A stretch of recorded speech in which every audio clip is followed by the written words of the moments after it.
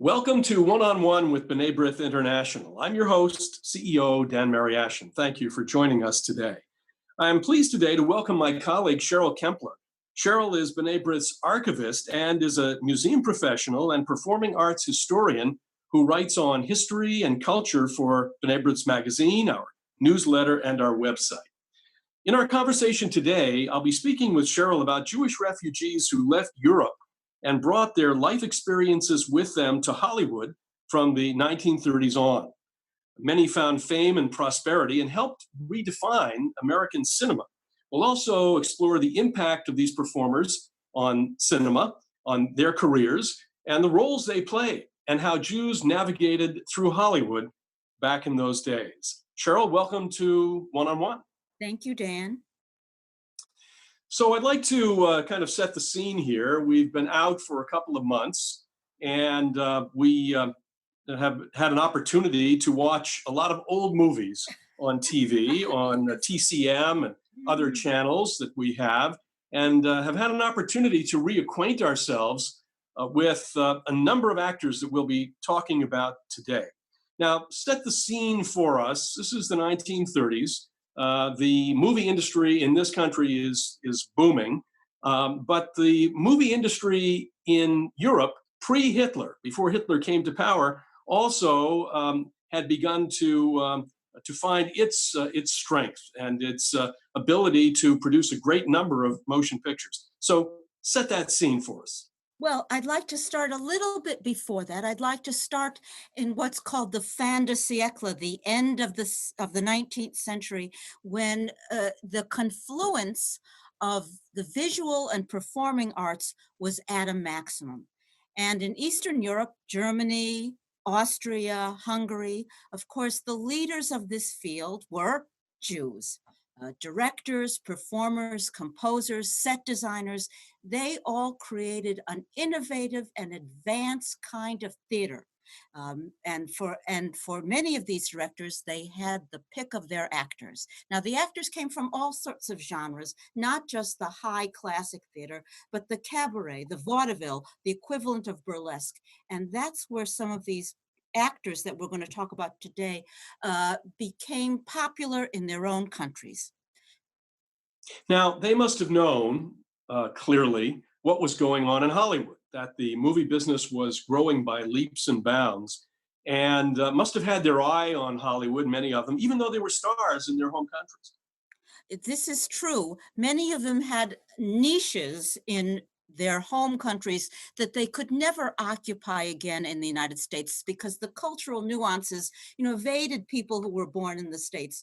But yet they were able to come here and become either adulated or alternatively much beloved by the cinema-going public, and they appeared again and again as part of a new stock company, not the ones they had in Austria and Germany, but in Hollywood. And that's the way we remember these actors, as part of the Hollywood stock companies that made films of the 30s and 40s what they were. So let's begin with Luise Rainer. She was born in Dusseldorf. She came to the United States in 1935. That was already 2 years into the Nazi regime in Germany. She was spotted by talent scouts from MGM and brought over to the United States. Tell us about her. Well, she was a Max Reinhardt actress. She was a phenom. She hardly had any training, and immediately she was catapulted to leading roles with Reinhardt's company, not just in classic plays like Shakespeare and Ibsen, but she began to do works by avant-garde German authors as well. Frank Wiedekind, for example. She performed his work Spring's Awakening. We know this work from its musical treatment. And when she came to the States, she was, of course, touted. Look how beautiful she is with those big dark eyes. And what we're looking, and on the left, we see Reinhardt himself. On the right, of course, is Rainer, and she's costumed in her first Oscar-winning performance. She was the only actress who won back-to-back Oscars year after year, and she is performing the role in this shot of Anna Held. That was the first wife of Florence Ziegfeld. He was a theatrical impresario, and they made what's called a biopic of his life, a kind of fantasized biography.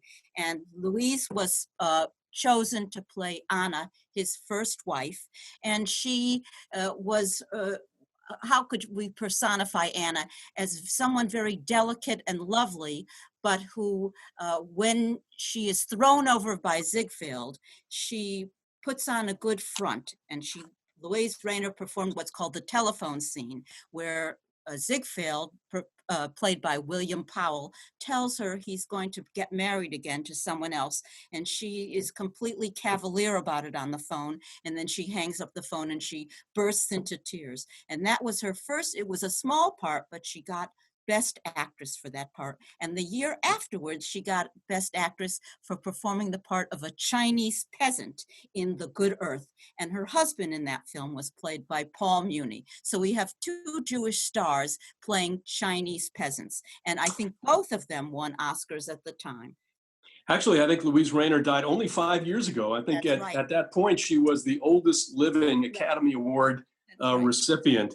Just to go back for a second, Cheryl, to Reinhardt, we had his picture up on the screen here. What was it that made Reinhardt such an important figure in European cinema? Well, he was an amazing genius. One thing he did, his plays, his staging of plays affected German cinema for the next decade. It was two factors. One, his wonderful lighting effects. There's very smoky, beautiful, dramatic, and this was for audiences at the time, they were not used to this kind of artistic lighting effects, and it was very moving for them. And second of all, the way he could choreograph bodies in motion.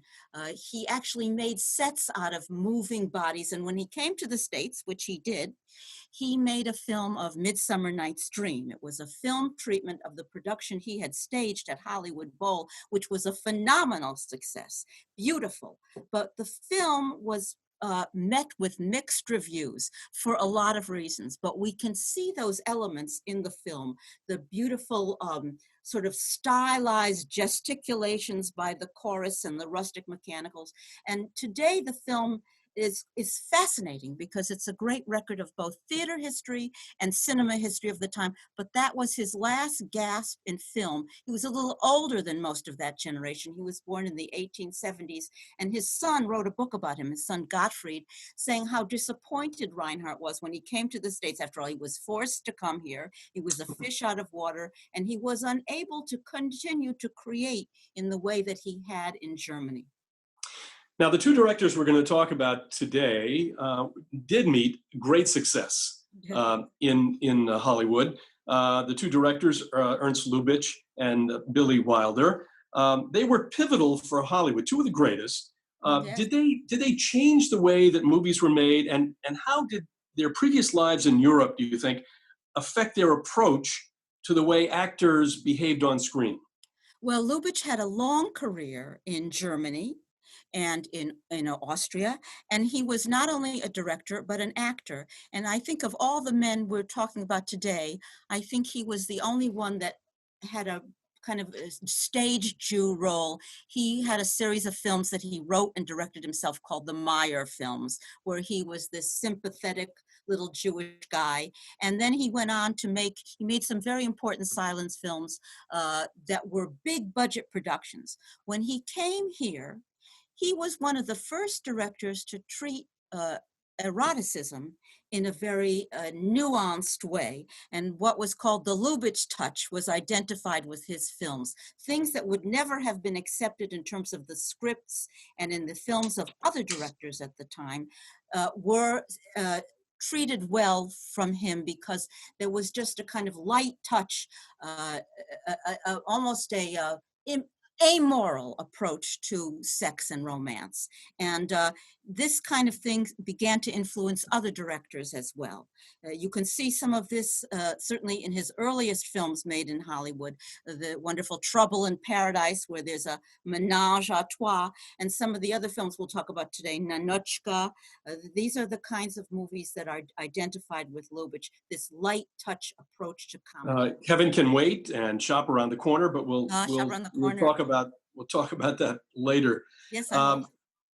Now, Billy Wilder, tell us about Wilder over the course of his long career, um, as opposed to Lubitsch. Um, did he make movies with Jewish themes? I mean, he made Some Like It Hot. Um, Yes, he made The definitely. Apartment, which is one of my favorite all-time favorite movies. Were there Jewish themes or Jewish characters in his movies? Well, Wilder, he is the intellectual director, as opposed to, say, Lubitsch. Even in Germany, Wilder was making experimental films. The film he's first famous for is called People on Sundays, and he made that in Germany in a semi-documentary style. It's as if you're looking at a slice of life. People going to the beach, riding their bikes, doing the things that people do on their days off. And when he got to this country, he continued to both write and direct really important films with psychological depth. But this is a late film he made, The Apartment. We're looking at a still from this 1960.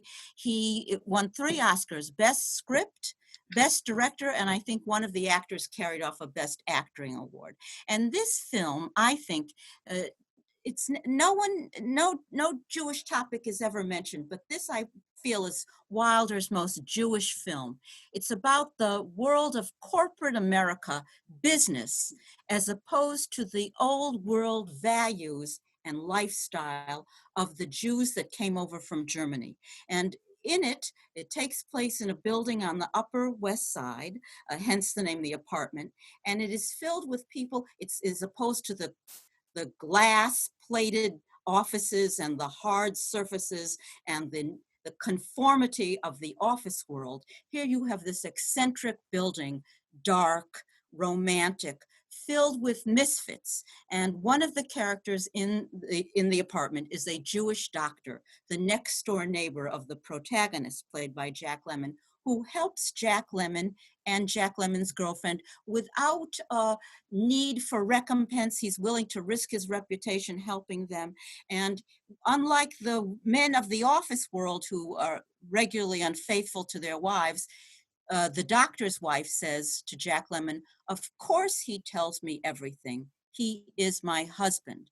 And that's what I think the theme of The Apartment is, the losing of values that we associate with Judaism and the 19th century, honor, morality, the new world, which success is primary, as opposed to this different kind of world personified by Jack Lemmon, his girlfriend, and the building that they live in.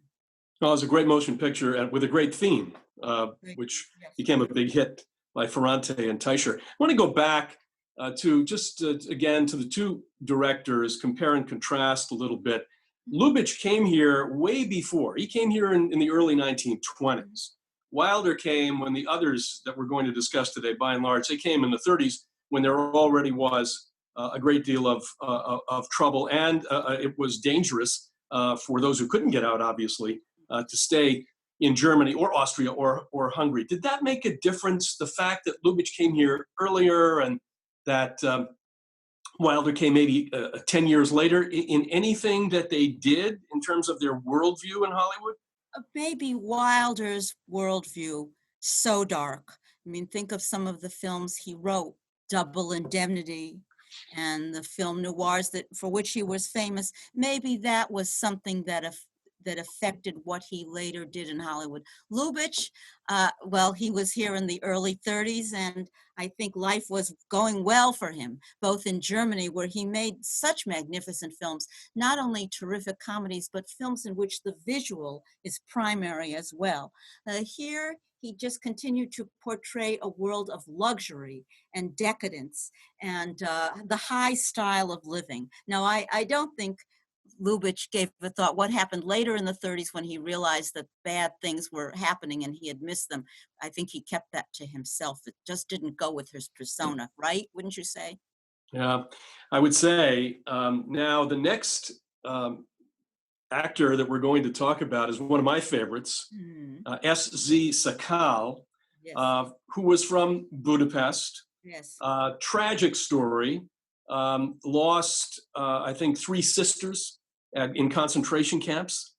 in Nazi concentration camps. I think his brother-in-law and sister-in-law also were killed in the camps. A niece was killed. He managed to get out. He was a star. I understand he made 40 films already in Hungary before he came over. A lovable character, a memorable character, particularly with my favorite motion picture, Casablanca. Tell us about S.Z. Sakall. Well, he was already typecast by the time he left Europe, where he was making films in Austria as well. And he always played the kindly music master, the opera intendant, the guy who owned the bar and grill.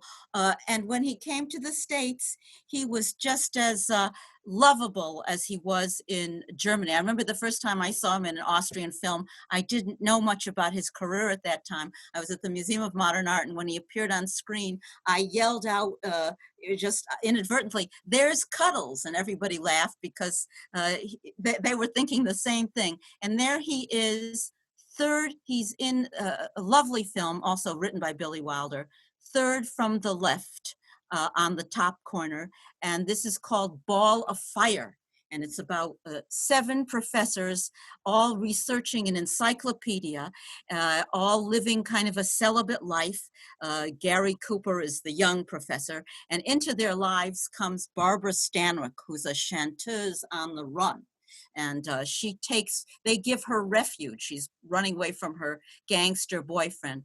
And Sakall is the expert. He's writing the chapter on sex, which is very incongruous because all these little professors, they're just completely not even thinking. They're very naive. Let's put it all that they all have a kind of naive kind of persona. The other still we were looking at is from Lubitsch's film Nanuchka, and that's about a Soviet commissar who comes to Paris, where she is oh, I'm sorry, that is Felix Bresshart in the Nanuchka still. That's an actor we'll be talking about later. And there we have Nanuchka, Greta Garbo, with her friends, the 3 Soviet envoys. They're all in Paris, and they've all fallen under the spell of Paris's charms, and they're looking to indulge in its pleasures. And they all were, when they came to Paris, they were all hard Soviets, but they're intoxicated by Paris and love. Well, even though he played many roles where he was kind of the same character, you never tired of Sakall. And I always think of that scene in Casablanca where he's watching from the doorway when the Bulgarian couple is seeking to leave Casablanca. They have no money. And this young couple and Rick, played by Humphrey Bogart, the owner of the cafe, goes over in the casino and makes sure that the young man wins, that the couple are able to get out. And there's that knowing smile by Sakall in the doorway watching this happen. There's a basic decency, I think, that came through in all of his characters, which I think probably indicated the kind of person he was. It's my guess. You know, that was his nickname, Cuddles. And people say, well, why did they call him Cuddles? Everybody knew him on screen as Cuddles because he was so endearing that he was cuddly to even himself.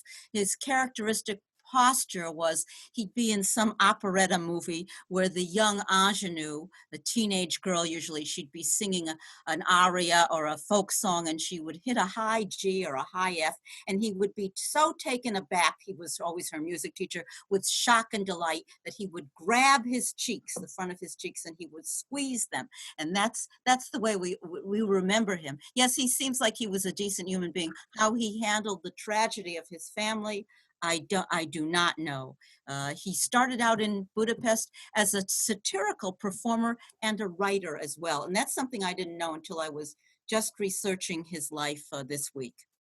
Well, we just had the photo from Nanuchka with Fritz Bresshart. Tell us about him. Did he have a career before coming to the U.S.? And what kind of roles did he play in American cinema?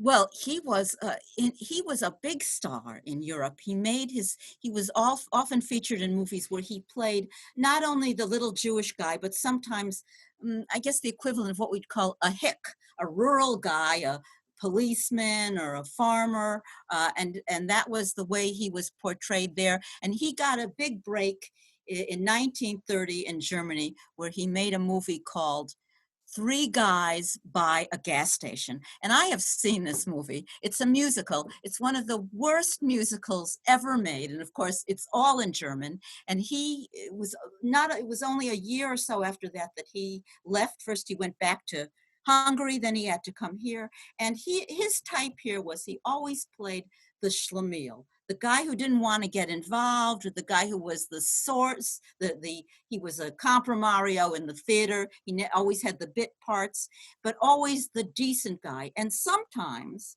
he played a Jew, which was unusual for these men. I don't remember Sakall ever playing a Jewish character. And Bressert was in The Shop Around the Corner, and of course that's the one that I think of. But clearly, these characters were in demand. I mean, they were character actors, but they were much in demand, and they seemed to be working fairly regularly. Well, you have to remember that character acting was part and parcel of American cinema. Even before sound came in, there were people whose faces we identified with these kinds of roles. So when actors like this came over from Europe, it allowed directors and scriptwriters to expand their typical story. I mean, this kind of ensemble playing goes back to Commedia dell'arte and then through Shakespeare. So it was nothing new. But now we had a whole bunch, a new stable of people with European accents that you could use in new kinds of scripts. You could tell stories about fantasies, you could do operetta films, or conversely, you could do films about what was happening in Europe. And you had some authentic people to portray the roles that they did. Of course, sometimes they also played Nazis, some of these Jewish guys that came over. Otto Preminger, for example, he often played Nazi roles. Well, we're going to talk about two more Hungarian actors who went on to fame in Hollywood. The first would be Peter Lorre. I think of Maltese Falcon. I think of course, Casablanca, where he's not on screen very long, but he has a pivotal role in the beginning of the film. Tell us about Peter Lorre. He's the guy who's trying to sell letters of transit and the first adversary of Rick. And he has a small role, but he had already, despite that, he had already made a big name for himself in Hollywood. You know, he had a very interesting career because he was performing in the cabarets of Berlin, and we always associate cabaret with like licentious behavior because of the musical Cabaret, but cabarets were also political. And it was in Berlin that he met someone who became pivotal to his life, and that was the playwright Bertolt Brecht. And he became identified with Brecht's repertoire, you know, Brecht, the communist playwright, whose plays were all about one thing: fomenting the revolution. And he was in several of Brecht's plays, but then he got his big break with the great director Fritz Lang. He played the murderer in M, and a sympathetic murderer in M, where he murders small children and the mob goes after him, but then he turns to them and says, "You're the murderers. I can't help what I do, but you have made this conscious choice to pursue me in this way." So when he came to the United States, how are you going to typecast this guy? Look at this. He's a little guy. His eyes are too big for his head. So what did they do? They made him the protagonist of a series of films about a Japanese American detective, Mr. Moto. And he plays Mr. Moto, who is a Japanese American Sherlock Holmes. He has many disguises. Unlike Sherlock, he knows a lot about martial arts and he can defeat his enemies physically as well. Immensely popular. And then he went on to still be typecast as the guy who's sinister, who may have committed a few crimes in his time. And that's certainly the case with Rick and Ugarte. I mean, he's a guy you can see he's portrayed as someone who's kind of trying to survive and has done many things that are not right in his effort to survive. And on the left, here he is in Arsenic No Lace. This is a Frank Capra movie, and he is the foil. His character is called Dr. Einstein, which is very ironic because he's a crazy murderer, and he's standing next to his foil, the Canadian actor Raymond Massey, and Massey is standing next to his foil, the an amazingly handsome Cary Grant, and they're all scrambling around a Brooklyn brownstone to find a body in the window seat. They're all trying to get rid of it in time before the cops come. So it's a frenetic film, but of course, Lorre actually, I would say, he steals the picture even from Grant because he's so creepy. He's so wonderfully creepy. Well, another actor from Budapest who made a name for himself in Hollywood was Paul Lukas. Won an Academy Award for Watch on the Rhine, which is a gripping motion picture. Tell us about him. Well, I never gave Paul Lukas, I never thought about him a lot. He always was the guy who could play both the hero and or the villain, or sometimes a Nazi. And so I began to read about him only 2 weeks ago, and I learned that he actually played the role when he came to the States. He was already popular when he came to the States. He played the role of Philo Vance, the detective, the debonair New York detective. And I thought, how could this guy with the Hungarian accent play this typical New Yorker? So last night, I decided I was going to watch the Casino Murder about Philo Vance. And the Casino actually references a real place, which I didn't think about, but then I realized New York's famous Casino in the Park, which was a gambling casino and dance hall. And I mean, it was this amazing place that people could go into the park and do this kind of things. And this is where the murder takes place. And you think, well, how's it going to work? How's Philo going to have a Hungarian accent? So it starts out, and at first I noticed it. He's got that little inflection, but then you completely forget about it because he really is a good Philo Vance.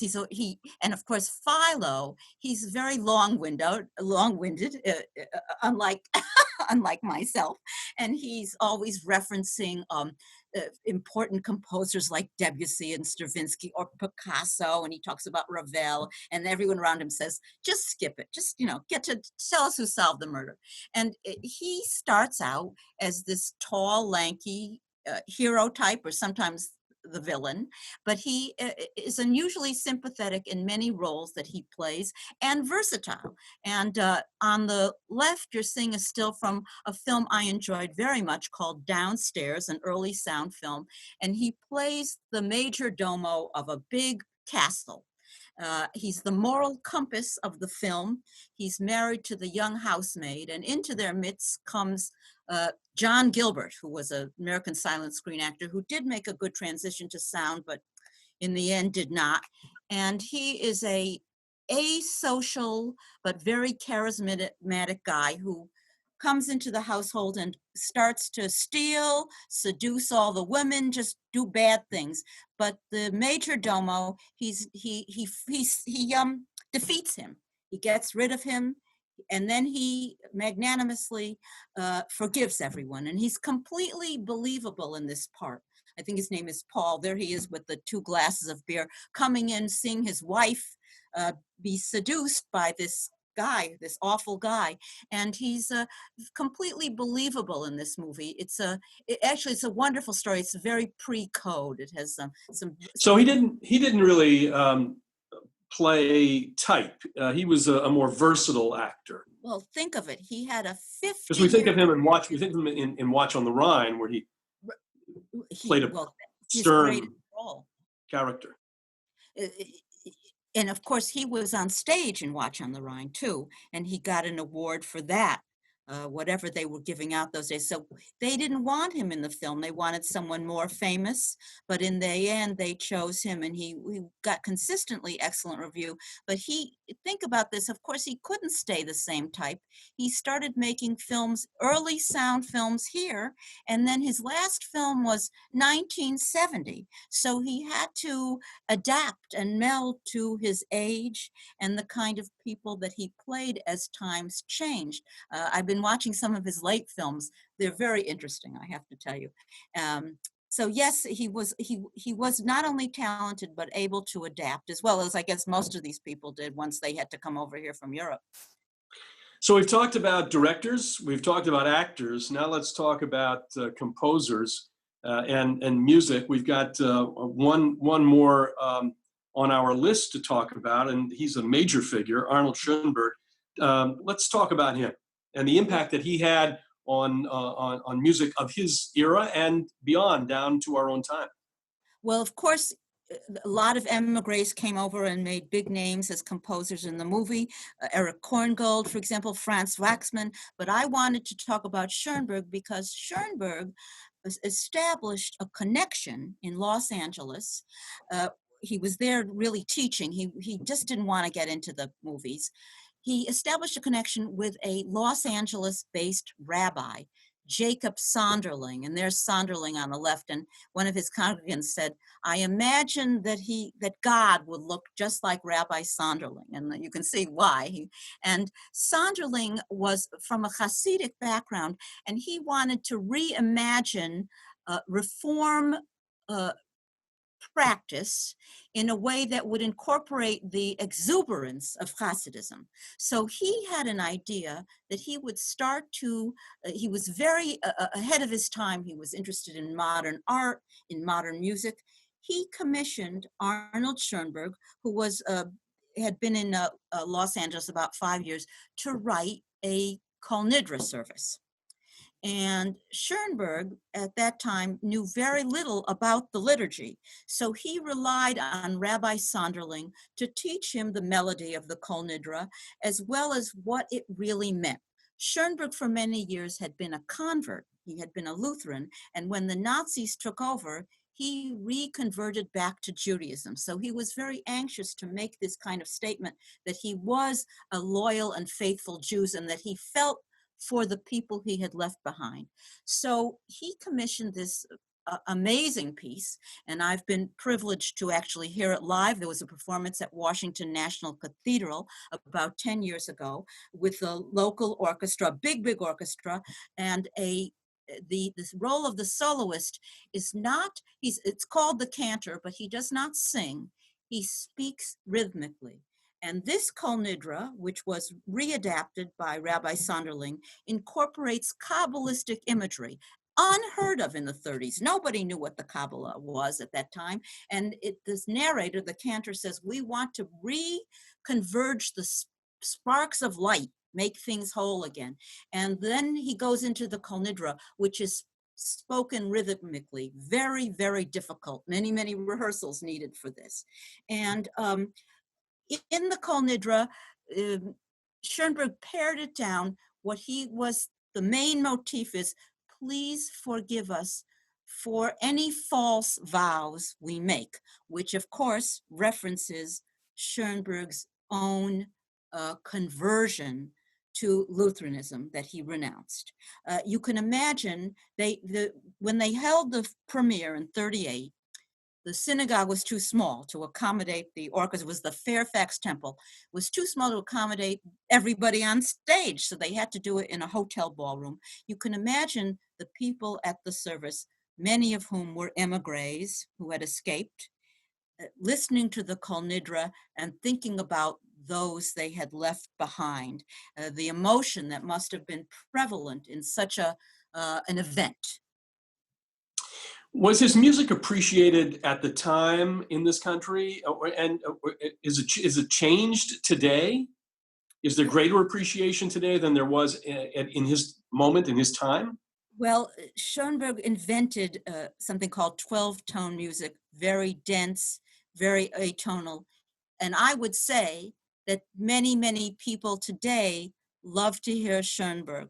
But that being said, there are also many people today who want to hear Schoenberg, but know that it takes a great deal of work to listen and understand. And at that time, Schoenberg was writing in both 12-tone, his invention, but also in tonal music. And the Kol Nidre is written in a tonal style as well. So yes, certainly he is recognized as perhaps one of the 5 great composers of the 20th century, doing things that no one else did. And his work is often programmed by chamber groups, orchestra. He wrote an opera, Moses and Aaron, and that is occasionally performed. Very interesting to see. The Met did it some years ago. It was done at City Opera about 20 years ago, 30 years ago. Well, Cheryl, thank you for this fascinating tour d'horizon of actors and directors and composers who fled Germany, came to the United States, became stars and personalities in their own right. I'm sure we've just touched the surface, but we've got some good sketches here of actors that we see a lot. Those who are watching movies from the 30s, 40s, and 50s, we've seen them a lot, and we know their names, but we really don't know the stories. And so today you've provided us with the depth of understanding of these important figures. Well, these people have been part of my life since I was very young, so I'm happy to be able to finally speak about them. They're really something that has enhanced the person I am who I am today. Well, we hope everybody will look all of the folks up, check their TV listings, and try to catch some of the movies that these great performers were in.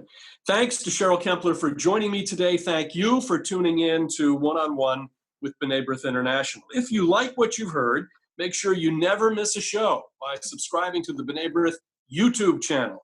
And be sure to visit our website, b'naibrith.org, to learn about our work. Like us on Facebook and follow us on Twitter. For my colleague, Cheryl Kempler, I'm your host, Dan Mariaschin. We'll talk to you next time on One-on-One with B'nai B'rith International.